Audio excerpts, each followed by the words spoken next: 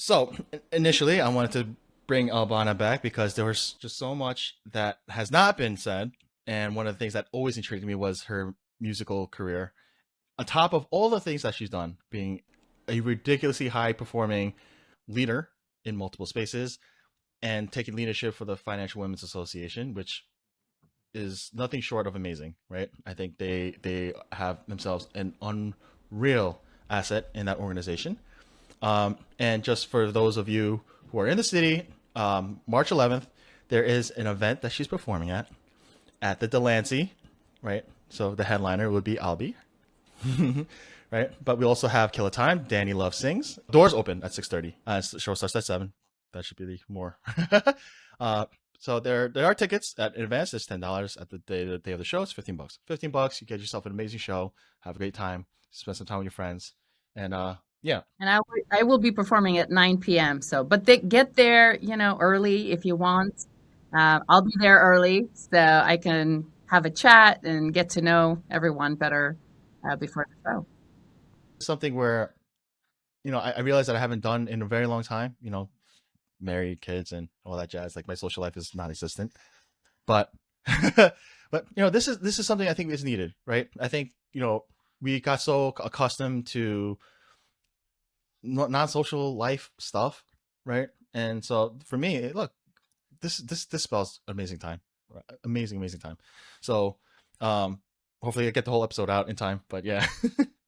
Yeah, you know what's interesting, Alex, and I love that you're saying you're hitting some things that are very important for people to talk about, right? So you said I got married, I have kids, I don't have a social life, and I hear this a lot from many people in their 40s, especially because they're in this kind of stage in their lives, and so am I, right? So I'm turning 44 next week, and I have two children. I have a lot of things that I have to do with my life, leading a women's organization.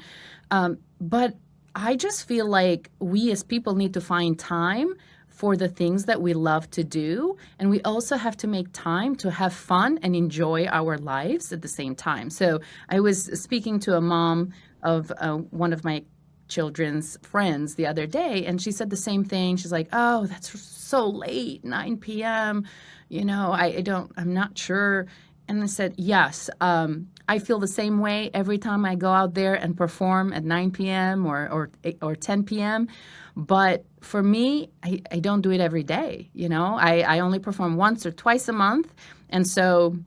From all that time that I'm not performing, I gather all that energy and I pivot it and I channel it on that day of performance, and that's the day. And so I think any mom or dad can get their energy up one day a month, not even for my show, any show, right? To go out there and enjoy themselves, right? Like do a date night or do something. But I think it's important that we pay attention to that side of our lives. And for me, there's a reminder that work-life balance, including having a robust life, right? That still takes work, right? So for me, there's my initial reaction was, oh crap, like what am I gonna do with the kids? I'm right now, honestly, I'm gonna be honest with you. Right after this recording, I'm probably gonna go see if my mother-in-law is willing to watch the kids, straight up, right? like you know, but yeah, I think that's the thing. There's a complacency factor of like, hey, I want downtime, I'm exhausted, I want to do this, that, or third, but it takes work. We have to figure out the kids situation. Oh my god, like we have to go out to the city. There's logistics. I'm like, guess what? Yeah, but you know what? More times than not, when you get there, once you're there, you're like, oh, this was a great idea. This was the best idea ever. That's exactly. And then there's also something really interesting happening after 40. I think there is some kind of awakening happening with people in general, not just women, right? Because men go through the same thing. So, when they say midlife crisis is real, yes, it is. There is an awakening happening in your 40s where you just first of all, you don't give a crap about anything or anyone anymore because you're a lot more secure in yourself and your abilities to know exactly what you want from life. And secondly, you also have a realization that you want to do the things that really matter to you at this point in time. And so if that is something that you want to be more creative, that is something.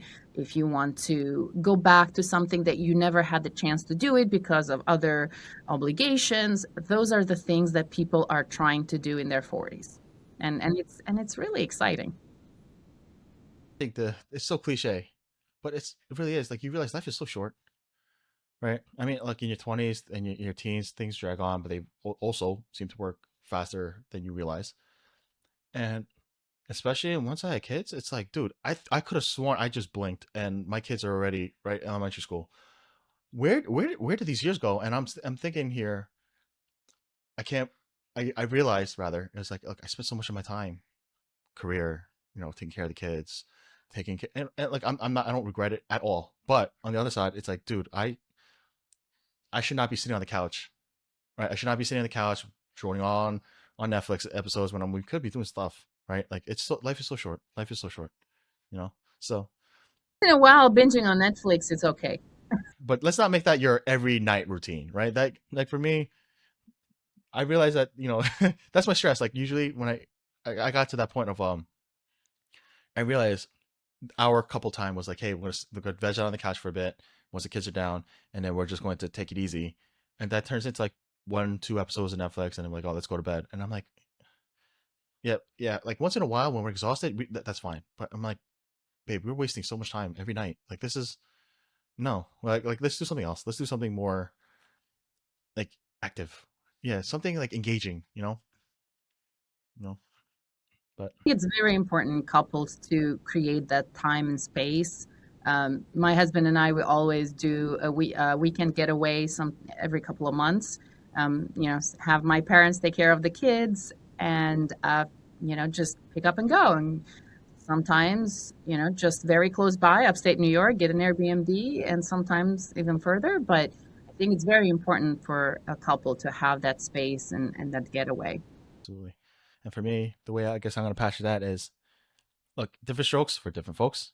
However, I I'm not gonna project my values on you, but I'm gonna be of the ilk that says it takes a village, find a village, stay with the village, and rely on said village, right? And it's better for you. It's better for the family. I mean, unfortunately, if you have some psychopaths in your village, deal with that. But right, it's right. But it's figure out a system. You don't have to, nor necessarily should you, always do everything all on your own. So I said it. But as the president of FWA, there was a huge event that was coming up, and um, you know, this isn't necessarily just for folks. This isn't necessarily like pick a side and get super hyper political. It's just things happened, right? We'll talk through it, and I think this is very important because look, what has happened required a pivot, and so as a leader of anything, there are hard decisions that need to be made, right? And so I'm hoping that we could kind of unpack some of that and work through what happened, why did we make the decisions we made, what is the pivot as of now, right? And keep people apprised of what's going on. So, Albana, take the floor. Yes. So the Financial Women's Association has been organizing these international business conferences for quite some time now, more than 40 years. So we started in 1978 with China, and then we continued to visit a new country right afterwards. And so we visited many countries, and this is part of our global partnership initiative, and also making sure that leaders in the industry get exposed globally, get to meet other women in other countries, learn from an investment, wealth management, technology perspective, economy, tourism. And so these are relationships and meetings that you wouldn't have if it wasn't for FWA, right? So people who go, the delegates that go into these trips have not only rewarding experiences with one another because they get to hang out in a delegation in a group and they get to know each other really well. They're in a week for a whole week together, but also they get to meet prime ministers, they get to meet parliaments, they get to meet leaders in the finance, technology, economy, industry. They get to meet all kinds of women leaders in these countries. And in many cases, we have inspired other women when we visited those countries, the women in those countries, to create their own FWAs. So, for example, there is an FWA of Singapore, and that spun out on from our trip to Singapore years back. And they're still strong and going really well. And so here, this is the power of this delegation. We go to these countries, we talk about what is happening. It's a cultural exchange as well. And this year, as the president of FWA, I chose to visit the United Arab Emirates. And unfortunately, because of what happened over the weekend and the war with Iran, we had to pivot very quickly and make a very decision that I really wasn't expecting to make this year, right? I was hoping that things would have changed. We knew there was some trouble in the area. There were talks and all of that with Iran, but UAE is such an advanced country. There is so much investment and so much funding going back and forth between US and the UAE, and so the expectation was that it's not going to impact them. But unfortunately, this war impacted not only the UAE, but a lot of countries in the Gulf region. And so on Monday morning, I had to sleep over the weekend. I woke up really terrified on Saturday morning. I told myself, let's just stay put and understand what's really happening. Maybe things are going to change over the weekend, and let's give it until Monday. But then I woke up Monday morning and I saw that the conflict had spread even more. And I called an urgent meeting with the delegates. We had about 19, 20 delegates who were going on this trip. And of course, everybody thought the same thing, that this is not the right time to visit the UAE at this point in time. And not to say that the country and the consulate, which has been amazing, the consulate, the UAE consulate here in New York, has partnered with us from the beginning. Shout out to Eleanor. She's been amazing. She's the senior advisor to Her Excellency, the Consul General here in the US.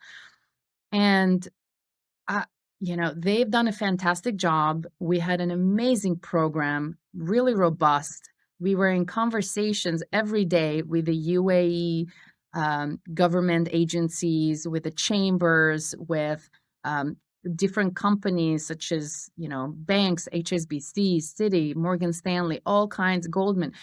And they were all so excited to have us and host us. And now I'm going to have to go back. And by the time this podcast is out, I would have notified them, but I have to go back and notify everyone and tell them that we had to pivot and not visit.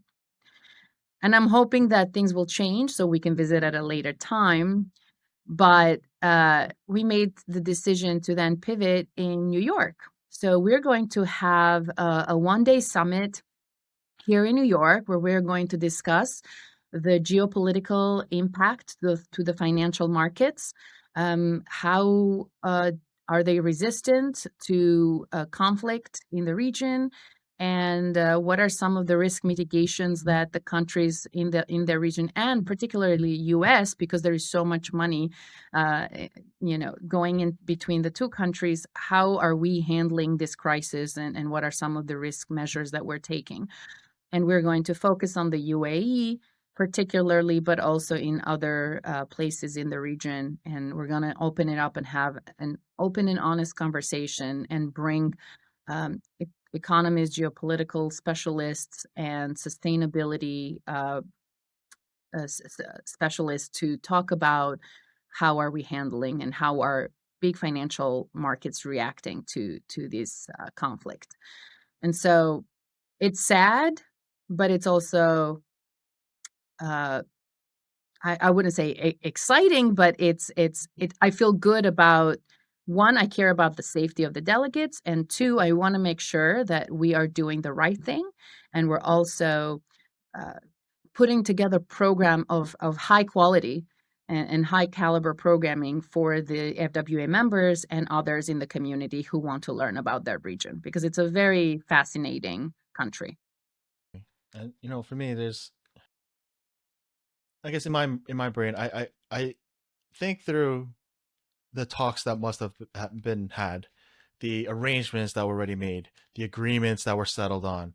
And it's, for me, it's one thing to say, "Hey, Albana, why don't you meet me for dinner on a Friday night?" And you're like, "Oh man, I stubbed my toe, I can't make it." That's right. But these are organizations, right? It's not just, usually it's not just a single decision maker, and you're mobilizing departments, your whole teams are moving, and suddenly things happen, right? So for me, there's a honestly, as soon as there was mention of that, like a small part of me had a little bit of like a little anxiety of like, oh my, just the logistics of going through. Okay, oh crap, like what do I say to these people? What do I say? Like how do I move forward? Like and the obvious answer is, well, I'm not risking people's lives. Like it's common sense. It really is just common sense. However, it doesn't, for me anyway, it doesn't divorce the emotion involved with that, right? And when you are sitting at the helm and you have to make an executive decision, I'm sure you have a team around you that is also sitting like, oh crap, what are we gonna do? I feel for you. That there is, those are moments in life where I'm just like, oh, holy moly, you know? Absolutely. But like you said, I don't do these decisions lightly and I don't do them on my own. Of course, my first instinct and gut feeling told me that we cannot go. This is not a time where American citizens are safe in that part of the region. And secondly, we took consensus from the delegates. I wanted to hear how they thought about it. I wanted, to understand their feelings. It's not about me. At the end of the day, I can go there anytime. I still have my tickets, by the way. I haven't refunded yet. Although I refunded my hotels, and the businesses in the UAE have been tremendous. They've been so supportive. They've refunded everything to everyone. They understand what's going on. So they've been very cooperative with all the delegates because we were all booked. We had all our flights and our hotels. Everything was just booked, ready to go. Um, but and then I met with the executive committee of FWA, and we all were in agreement that this is not the right time. And I am really lucky because I have a very supportive board and leadership council. And the moment we send out the announcement to everyone that we had to make this decision, I got so many emails and phone calls, pouring so much love and so much support and understanding, and just kind of being very supportive of, the kind of hard decision a leader has to make in these kind of times, difficult times. And so it was really great. And it kind of made me feel good about the decision that I made. Of course, I would have made it regardless, right? This was the right thing to do in my heart. I felt very strongly about it, but it still doesn't feel good. And it doesn't justify all the work that we did and the UAE government did. And it's heartbreaking. But they're keeping the door open for us, and they're very excited to host us again when the time is right. So we we will think very seriously about that and revisit it in 2027. I'm rooting for you, right? And for the folks at UAE, what, let's hope things settle down as soon as possible, and we could build out these bridges sooner than later, right? Uh, And Alex, funny thing is, our common friend Kasha was in Dubai when this was happening. So I was a little bit freaked out when, yes, I knew it. And I texted her right away. I said, Kasha, how are you doing? Are you okay? How is the situation over there? And she immediately responded. She said, it doesn't look good. She's like, I have to get out of here. So she's currently in Oman, which is the country next to the UAE. And I knew it, right? When she told me it's not looking good, I was like, okay. because she's a gangster in her own right. She doesn't. Yeah. She says it's not looking good, then okay. I know it. the well in the mind. Like, yeah, and that is an interesting thing, right? Like me, I tend to I tend there are moments where I will catastrophize a lot of things, and the friends that know me best, when things really get bad, I get quiet. Like if I'm like if I complain about everything, they're like, oh, Alex is fine. He's just pointing out all the different faults, and like he's just being that guy. But when I get quiet, they're like, oh, something's wrong. Inversely, when I see people like you and Kasha who are like, everything's burning around you, and you're like, it's fine. Look, it's fine. It's fine. Relax, relax. It'll be fine. And they're the people who are like, okay, things are a little extra spicy right now. That's when I'm like, oh crap. Okay, you know what? let's let's go through our contingency plan once again, shall we? Like, and so Kasha, if you're hearing this, on the off chance you are, I really hope that you're staying safe. I hope you get home safe. Please, like, um, but yeah, it's Hang with her almost every day, so she's doing well. oh, that that another Supergirl right there. I just you know She should be in your podcast. I do have to reach out to her. I always feel bad because I feel like she's always like also scrambling. Um, mhm. Super busy woman. But I don't expect much less out of the people coming again. People coming out of your team, they just like somehow it's like I don't know what it is. I don't. Are you like give them something in their morning waters or coffees? I don't understand. They just they're like, oh, I started off on Albana's team and I just started my own corporation. I'm like, oh, amazing, amazing.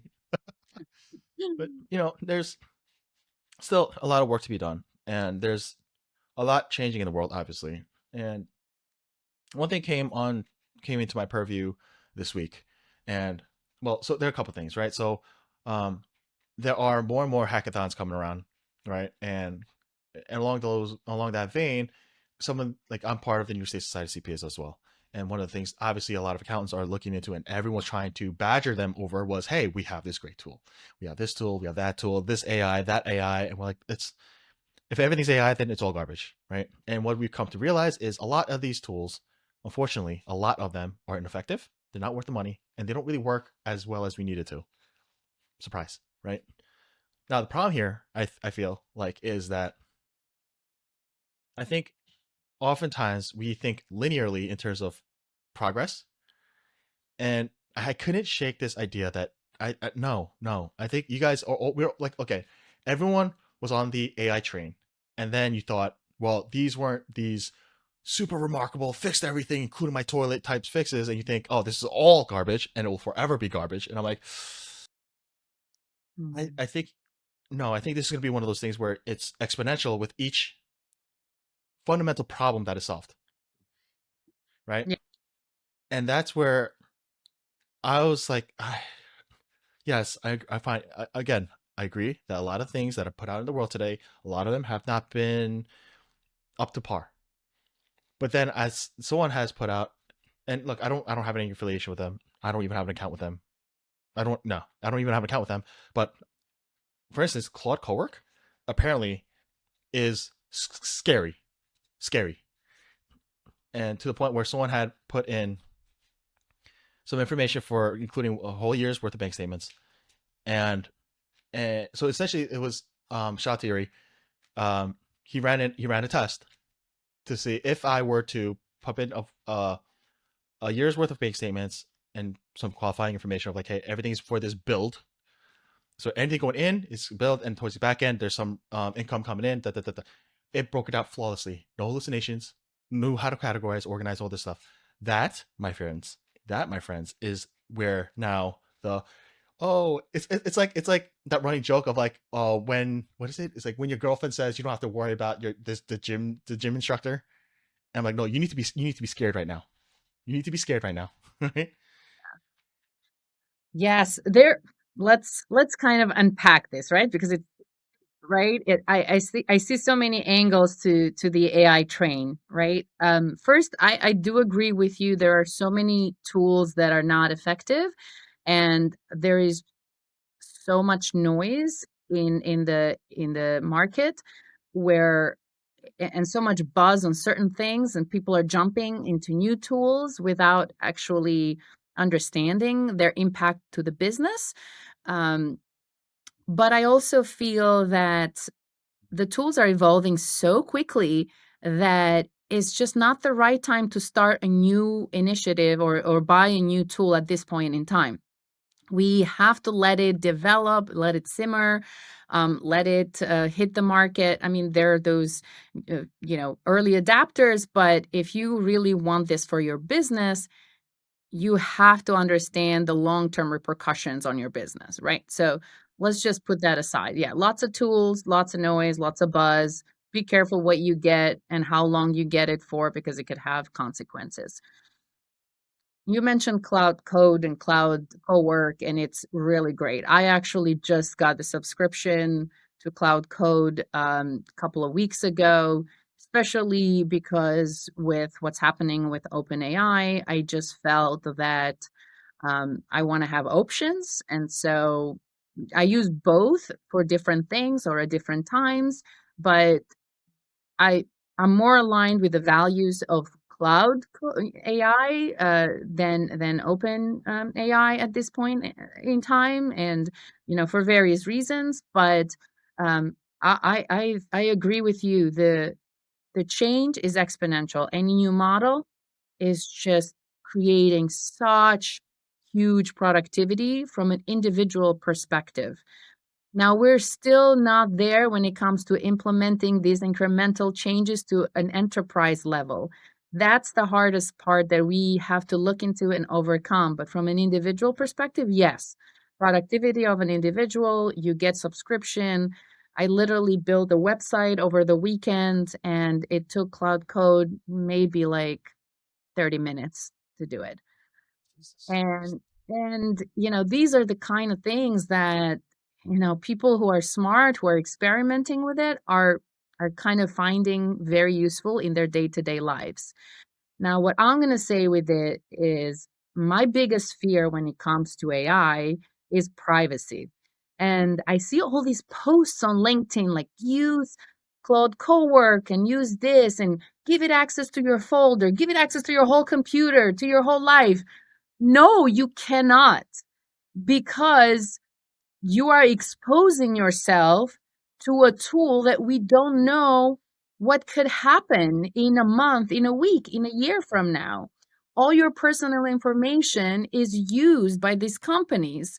We don't know who's going to take over these companies in a week or a month, or who knows, right? We don't know the fate of the company and we don't know the fate of AI. So I I'm very, very cautious when I use any of these tools, because I'm like, yes, can I hyper my productivity 10x? But first, I need to do the work to clean out my computer and clean out my folders and clean out my personal information and make sure that I'm only exposing AI to only information that I want it to have. That is not going to jeopardize my privacy and my person. There's one thing that I mean, maybe it's just because of the circles that I tend to rub elbows with, and I think there's another misunderstanding, I think, by the masses of what it is that we're actually truly dealing with here, right? So, for instance, you have a lot of people, oh, ChatGPT is trash, Claude is trash, this is trash. First and foremost, are you using the free version or the paid version, right? First and foremost, and do you really honestly think that they're gonna have a paid version and not have added benefits, right? So, but that's like the lowest rung of that ladder.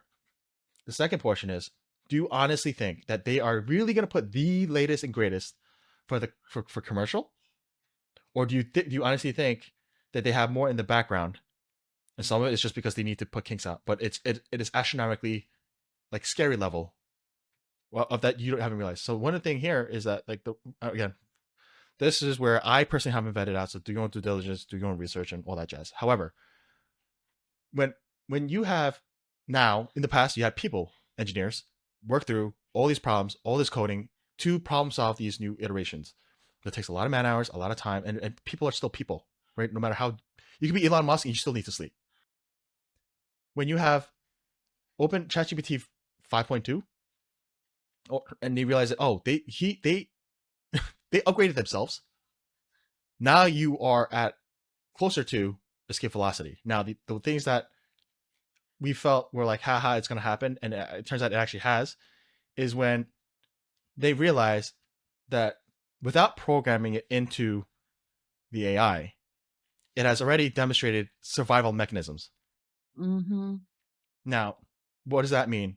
It means one of the biggest arguments against AI in terms of effectiveness is the idea that most of these LLMs and what most laymen will say AI, it can't create something new.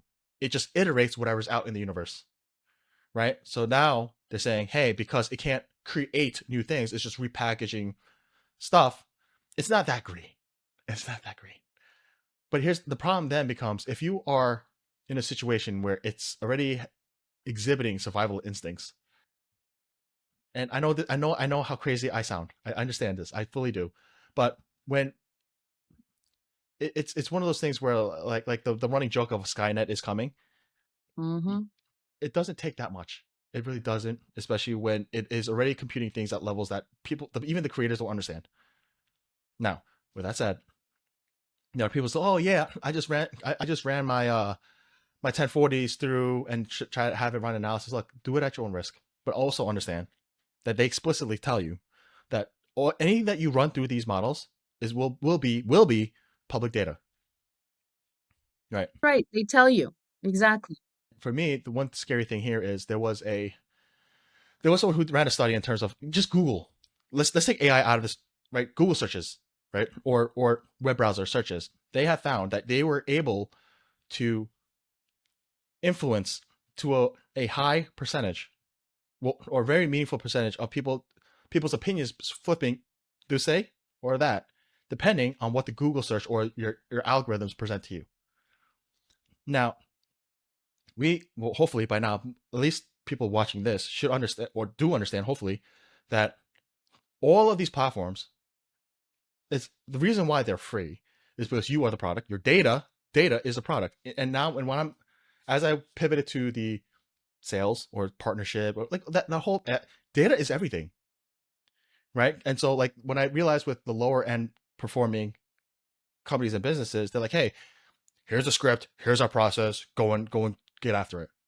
And the more sophisticated ones are like, no, let's understand the people that we're interacting with. Give me as much data on their preferences, their personalities, where they shop, like all of these tendencies, the behavior patterns. I need to understand all of that so that we can understand how to adapt to it and how to almost manipulate the circumstances in which they will make their decisions. And that sounds very disgusting for a lot of people. How dare you? But that is life. Now, if you are feeding that to an AI model and this ends up in the wrong person's hands, right? Look, if it's a great person, fine, perfect. Then it doesn't matter. But on the off chance, or even on a slip up, something happens and they decide, hey, you know, we could do X, Y, and Z, and its psychology isn't as hard as you think to manipulate. Unfortunately, we're and this is where I'm like, I don't like having these conversations usually because then I know how insane this sounds. But then as I talk to more smart people who are actually working in companies whose whole job is to, Mm-hmm. we'll say, influence behavior, and I'm like, oh my god, okay, like me personally, I'm at a point where like I like to focus on things I can do. I'll try to be a good person, affect as much positive change as I can. Whatever the world does, it does. But on the other hand, when people say, "Oh, I think I'm just gonna plug in all my medical data and like I just want to see what it tells me," you Uh, can, but understand this is gonna come with real potential consequences. Like literally, like would you give that to your neighbors? If you're the type of person that says like I don't care who's I'll like tax returns, I'll public honest, I don't care, then fine, it is what it is. But on the end, if you're like, I would never in a million years tell my neighbor how much I make, or in a million years share my medical history with anyone, please do not put it on public information portals. exactly. And even the example that you gave, putting all your bank statements into, uh, okay, but you have bank accounts there. You have information about how much you have in a bank, your whole wealth history, your paychecks, everything is there. You It's the same thing, like you said, as giving all that information to the world. Might as well just put it in the internet because it's going to be public anyways at some point in time, right? So that is what And sometimes I wish I didn't know as much as I know or read as much as I read because I would sleep so much better at night. But I think we live in a world where people are don't understand the consequences of what's happening, but also there is a few of us who do and are very worried about it and very scared. But at the same time, there's a lot of people who know that are not speaking up. So I'm happy to see that some of the leaders in AI are speaking and are talking about it right now because the public needs to know and understand and make their own choices and decisions. But there was a period in time, like last year, no one was talking about it. People knew about it. People knew the negative consequences of AI, but no one was saying anything about it. And so you'd read about it and you're like, what? AI can make decisions. AI thinks that it wants to survive. I mean, we're even scared sometimes. I joke with my husband because I said, what if I say something bad to OpenAI or something and type it and ask it like, hey, can I shut you down or something like that? And he goes to me, please don't do that. I'm like, why? Are you scared? Like we are scared to like type certain things. I mean, I think there was a running joke of was it there was a guy who goes, you know, there's gonna it's like one of those things where one of these days, right now it's already just like it's like scrubbed through all the internet, right? It's showing through all the videos and all this. There's gonna come a time when our overlords come and they're gonna scrub through all of those times they see videos where you're kicking out the Boston Dynamics dog and you're doing this, that, and a third, and they're gonna come for you. They're gonna come for you. So my plea or my strong recommendation is talk to them like you would your elders, with absolute respect, please and thank yous. Okay. That is crazy though. And for me, that It's I was, not real.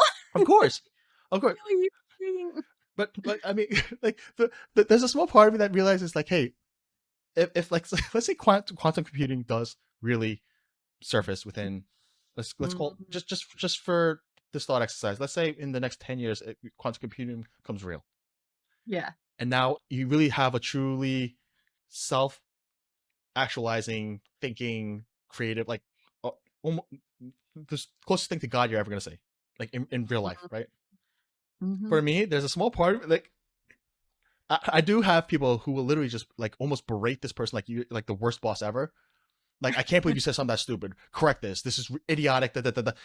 And I'm like, for some reason, I feel uncomfortable. I'm like, hey man, I know this isn't like an actual person and that they can't like sue you or go to HR, but like, do you have to be that harsh? Like, you could just say it's incorrect, Right. right? He's like, who? Like, what are you stupid? Like, this is it's hurting its feelings. I'm like, something in my gut tells me like you shouldn't be talking to them that way. you know. And I'm laughing about it now, but like I wouldn't be surprised if it's like it goes through his data logs. I'm like, John Yeah. Smith on 123 Main Street has 355,000 offenses against robotics. I'm like, oh god.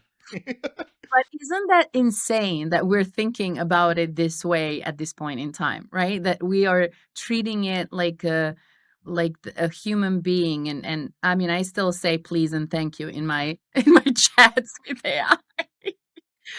But um but it's insane to think that is because we are afraid that something could happen at some point in time. Eh, For me, I mean that's just scary because I still don't consider myself by any stretch of the imagination like mhm. a supreme or expert technologist or like AI super expert. None. I use it enough to get by. And what the thing here is that what Google has done in terms of searches, AI has done in a fraction of the time, and now we're working in orders of magnitude in terms of people relying on AI more than a web search. Right now, what it does to you, like your mental capacity, that's a whole another discussion, right? Right. But for me, what this turns into is something where like one of the analogies that was brought up to me is like, look, what most people here are doing is you're essentially trying to drive a race car. The difference here is a layman might be able to figure out enough to get the car kind of going, right? And let's say your lap time is 5 minutes. A racetrack driver will finish that thing in 30 seconds. So like you're not using the full capacity, and the problem here is you're potentially messing with something dangerous, and so you're putzing around thinking, "Hey, this is the greatest thing since sliced bread. I know what I'm doing. It's gonna give me all the answers. Please be careful." Right? Not stopping, and that's the sad part. We're going 100 miles an hour, and we're like, "Can we go faster, please?" That's it. That's that becomes a big complicated topic, right? Because, well, in a perfect world, we all say, "Hey, everyone in the world, this is dangerous. Let's proceed with caution. Let's put safeguards in first, because in this particular case, it's not like, oops, I spilled some oil on the street, right? Please don't drive on the road till we clean up." Like, once it's out of the box, it's out. Exactly. When I worked within the R&D tax credit space, one of their fears for a lot of people high up, and especially those interacting with government, was there is no second place. There is no second place. There's none. So the problem here becomes supremacy in terms of not just, oh, we're gonna make $1 billion more than the next guy, or $1 trillion more than the next guy. It's like, no, whoever figures this out first takes absolute dominance in perpetuity, and it's game over, whether that's right or not, right? But so this is the thing where, like, we know that there is a horrific collision coming up, like a solid wall that would crash into. Sooner or later, we're gonna hit it. However, because the Johnsons next to us are not stopping, we can't stop either. And I'm like, Jesus Christ. And I think that is the scary part. And I think there's a documentary coming out in a couple of weeks, right? The AI doc. And yeah, and I just saw the trailer. I mean, as much as it's so scary, I'm gonna go watch it just so that I can see what's happening. Hopefully, there are some optimism or positive vibes in that. But what's interesting is that AI is really impacting the way that we show up as human beings in the world. Like, I never used the words vibe and noise before, and now I read it everywhere. Vibing, noise, vibe coding, all these like certain words that I just see all the time, and I read from OpenAI, all of those words, whatever, LinkedIn posts, and it's the same words. And so now people are turning into generic users, writers, speakers, and they're using certain words in every conversation. And we're missing that rawness, that special, what makes us different from one another, what makes us unpredictable, right? And I think that is what worries me the most. I don't want to sound like the next person sitting next to me. I want to be me. I want to be my own personal person. Yeah, and this is like, I was definitely of the person of like, do we? It drove me quite crazy when you're like, oh, you have to be in the office for what? My function, my job at the time doesn't require me to be in the office at all, right? And young, lazy me. And then when I worked in teams where we're like, Far from lazy, by the way. my moments, right? But it's like, for me, it was the idea of, well, again, this is pre-COVID, right? So for me, it's like the idea of packing into a subway train, and I'm on the R&D line, right? Or the D train or the 6 train. Like, these trains are ridiculously packed, right? So there's like a depression in terms of like, I'm barely able to breathe. And like, sometimes it gets so packed, I'm like, buddy, I know what's in those pants, because you're rubbing on them like a little tight. And it's not even because you're trying to be a creeper. It's just so packed, right? And every morning you see people get jam packed in, everyone's miserable. Then like you kind of herd into another corridor upstairs. I'm like, this is the worst. And then, God forbid, the trains get delayed. Back then it was signal errors, and what should have been a 45-minute ride turns into 2 hours, right? Like, New Yorkers, if you're from here, you know what the deal was. And so for me, I was like, I don't, this is so stupid. Like, why can't you just let me work remote? This, again, before COVID. So this was like, how dare you, right? But as I work with more teams, I'll be more creative, or we need to make high level decisions more quickly. I'm sorry, but the teams meeting, the Zoom meetings, all that, like, yeah, we kind of get stuff done, but like really in person was the way to do it, right? Fine, you guys got me. But what I noticed here is also it's the level of interaction that I have with people face to face has been astronomically better than anything else. Especially when, like, again, no, like what a lot of organizations I'm seeing are having issues with in-person networking events, right?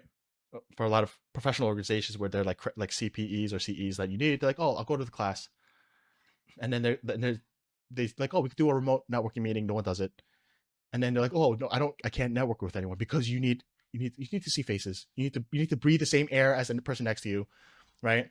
And Feel the energy that the other person brings. You know, there is an exchange of energy happening when you are in person, when you're meeting with someone, when you're shaking hands with someone. Their energy transferred through your body and yours to them. So I think that makes a really big difference. I think what's missing here, and I'm not against remote or being in person. I like flexibility. I'm the kind of person that allows for that flexibility. I love in person. I mean, it just brings so much out of people, but at the same time, you have to create an environment that where people thrive in person and they just not just to show up because of the point of showing up, but because they really want to show up and because you are creating a really fun and nurturing environment for them to show up and wake up in the morning and take the subway for 2 hours and be there in the office and miss out on those 2 hours with family and kids. So make it fun, create that environment, give space for creativity, create, a silence so that people can think and are not just always like ping, ping, ping, ping. and for me, the one understated, it's not really, well, maybe it is a skill, right? Is invite people. Like for me, it's, well, if it's work, then obviously there's time and place, TPO. But like especially networking things, like your group does it on levels that I really don't see that often, right? Where it's, when you have a networking thing, usually everyone's out for their own. Like, hey, I'm Jane, I'm Jack, da da da da. But one of the things I find really beautiful are when organizations have a thing of like, hey, this is Albana, this is John, and you guys have a conversation. But somewhere down the pike, I might have met you 30 minutes ago, but like, hey, Albana, I'm sorry to interrupt this conversation, but I think this person here would be really interesting for you to talk to, right? Like bringing people into conversations, bringing people and connecting people. And look, the conversation might not go nowhere, right? But what I'm finding, especially with me, I work with a lot with Next Gen as well. And unfortunately, look, you want to say what you want, whatever, right? But some of these folks are just learning how to network, learning how to interact, learning what cues to pick up on. And it's like the high school dance. Oh my God, what do I say? How do I, like, oh my hands are sweaty. Do I shake their hands? But what if my hands are clammy? It's not that hard to be like, hey, like, so what is it that you do? What interests you? Like, right? And then hopefully you don't forget about this person. Be like, hey, look, you know what? Why don't you come with me real quick? I'll introduce you to someone for 2 seconds, right? And I love that your team does that. I mean, your organization as a whole. That networking event that we had, to this day, I still say, if you really want to double down and really say that you guys are networking, you would want to collab with them, because they're not just gonna take their numbers and contact number, information dip. They're gonna network, man. You know. Absolutely. I think I'm a real big believer in the power of connection. And I think that is what FWA does really well. We're not just there just to be there, but we actually, and this is something we talk about it with the leadership all the time. When you're going to an event, you go and you talk to members, you go and talk to non-members, you introduce people to one another. If you hear that someone is hiring and someone needs a job, you make that introduction. We're always thinking about how to connect one another. So there are mechanisms that we also have internally. So if people sign up and they say, I want to join this committee or I want to join this effort, there is an email that goes out internally for everyone to know that this person is looking for and interested in these things. So there is that level of outreach or that level of connection. Um, you will see also, I started doing this thought leadership writings where I post, message from the president. And those are some of the things that I hone into. professionalism, kindness, how to have ideas, but see them all the way, end to end. It's not enough to just have an idea. Everybody has ideas. But if you don't execute on those ideas or you find a team to help you execute it, then they won't go anywhere. So there's all these different principles that I just spend a lot of time thinking about and who I want this organization and how I want to shape it that I think about on a daily basis and I communicate that to the members. And so hopefully the next president will follow that and the next president. But, every president brings something different to the table, something new and innovative. And so what I bring is the level of energy and the level of fun and excitement and the level of access. We are here for everyone at every level of your career or life stages and I really enjoy doing that, and I love reading the FWA stories. We launched this FWA Voices last year. You've seen those, and I love reading the stories of our members and how FWA has impacted them throughout the years, either their career or they found a friend or they found a support system. It's really amazing. Yeah. I have seen, and I've even tinkered with myself, some of the things. Like for me, I tend to reverse engineer things a lot, and so I'm like, hey, what would it take to do this, that, and the third? And for me, like again, well, I guess almost in a full circle, it's information, it's data. Who are your members? What do they want? What are their interests? Do you have that information as an organization? Do you care to? Right? And as I go through, I'm like, look, I think, and it's at this point, it's like half a dozen organizations that I've kind of interfaced with. And usually when they're like, hey, like we're having problems with this, we're having problems with membership, we're having problem with revenue from sponsors, I'm like, okay, well, what is it that your organization brings? And inevitably it's always the same thing.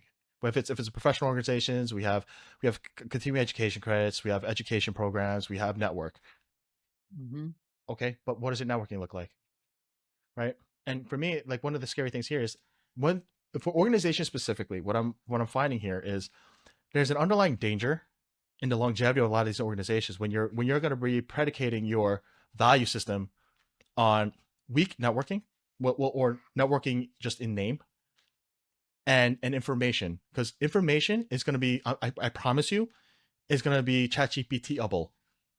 So really, truly, what is it that, like, in the past, yeah, it still hallucinates, but that's going to get corrected. And then what do you bring? Network. But if you haven't really worked that networking muscle, like truly uplift people, and really from a sponsor, it's the same thing. Like I came in from a basis of I need to try to get people to provide clients for the company, right? Ultimately, that was kind of the goal, right? I did it because I want to educate, I want to connect, and the company will figure out how to bring them in, right. So it's access.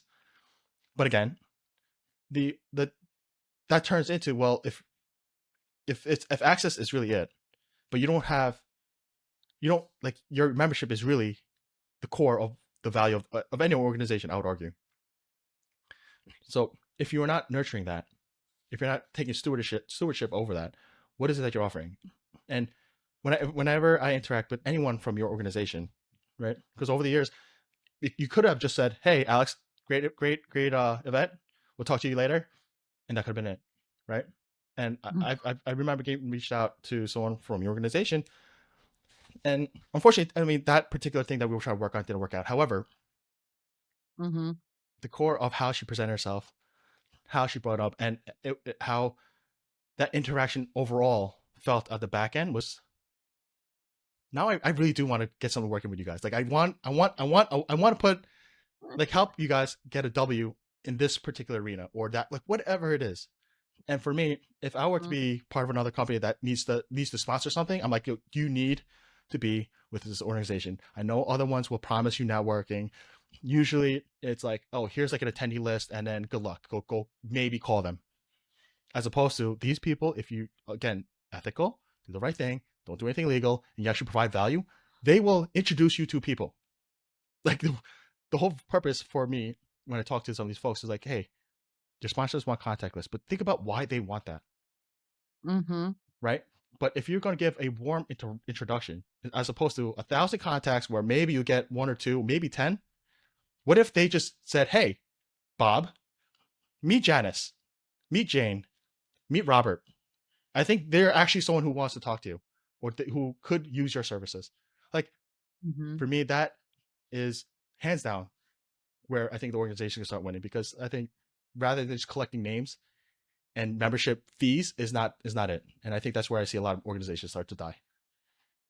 Yeah, absolutely. I agree with you. I think we really value human connection, and a lot of the things that we do are to bring people together because they can learn from one another. I mean, everything that I know so far and a lot of the creative ideas that I get and the energy that I get sometimes come from these meetings. I meet with people, I we start talking and I start thinking, "Oh, what if I did that?" Right? I learned something new from someone at any point in time. And I think that human connection is very important, especially now in this age of AI where people are just at home or just completely in their computer most of the time. Taking the time to get out and meet other people, it's going to become one of the most important things for people, especially in the upcoming years. So, and that's what we're here for. We're here to put together really good programming, really good networking, and make those lasting connections for people. Yeah. How advanced we get, and yet it somehow brings us back to fundamentals. Exactly. It's like back in the day, we're doing all this. There was, oh my god, for me that used to crack me up, because I used to think that that's all stupid. That's all stupid. You're saying that because you're old. You're like, Yeah. the irony here is that you're doing all these things, making all these improvements and all these advancements, so that you have less interaction, less friction with people, and human errors and human faults. and and he's like, what's gonna come a time, and you're gonna realize that all Yeah. those things, all those doohickeys, those bells and whistles, you're gonna turn around and be like, I I miss having someone touch me in an HR appropriate way, right? you know. And at the time, I thought he was stupid. And Right. now that we're here, this is 15 years later, 15ish years later. I'm like, that now that I'm just that. It's like, as much as I love the convenience of remote meetings, Hmm. there's something about like, hey, like, let's Yeah. you don't want to drink, that's fine. Like, let's go grab some coffee, right? Let's go. I mean, let's go sit on a bench somewhere and just like stare at birds, like, and talk through stuff. Exactly. You know? Yeah, there was a time where you know, my friend and I would just be on the phone with one another while we were running at two different places, only because we wanted to hear someone's voice, right? You don't want to do that activity, of exercising or running on our own, right? We're social creatures by nature. We thrive with others. Even the introverts, they don't know it, but even they want people around them. They want maybe not as much as extroverts, but they still want human touch. So and those conversations. So yeah, I think we're gonna need it more than ever. You can't fight your biology, man. No, no, exactly. but, but so for those of you who need to reach out, or for those who want to reach out, I imagine they want to figure out, hey, like, how do I get involved? How do we reach out to you? How do I get some information? Where could folks reach out to you? I'm a wide open book. I'm on LinkedIn. You can look me up, Albana FWA, and reach out or message me or connect with me on LinkedIn. I am also in a lot of events in New York City. So at some point in time, I will be bumping into you. Absolutely.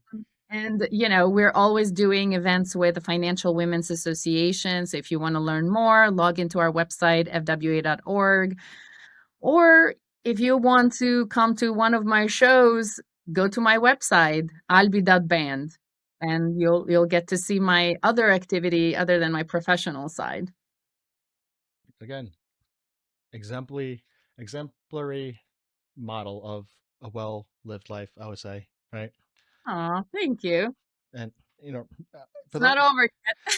oh, heck no, heck no. I'm still for me, I stopped trying to figure out like is she gonna start coasting now? Like I'm done with that. Like I'm at this point. I'm just it's it's almost like with my kids, but the opposite of like what did you break now? This is like what level up did she hit? Like what levels did she hit this time? Right? It's like I'm Oh, not surprised anymore. But it's more of like a oh that lane's interesting. Okay, but I think we're always evolving as human beings. So the older we get, that doesn't mean that we slow down. That means that we get wiser and we want to do things better. So, better you're definitely doing. So, and for those of you who are gonna be in the area, March 11th, check out. I'll be at Delancey's, right? yeah. So finish work, hop on a train, pay the tickets, and hopefully we'll see you there.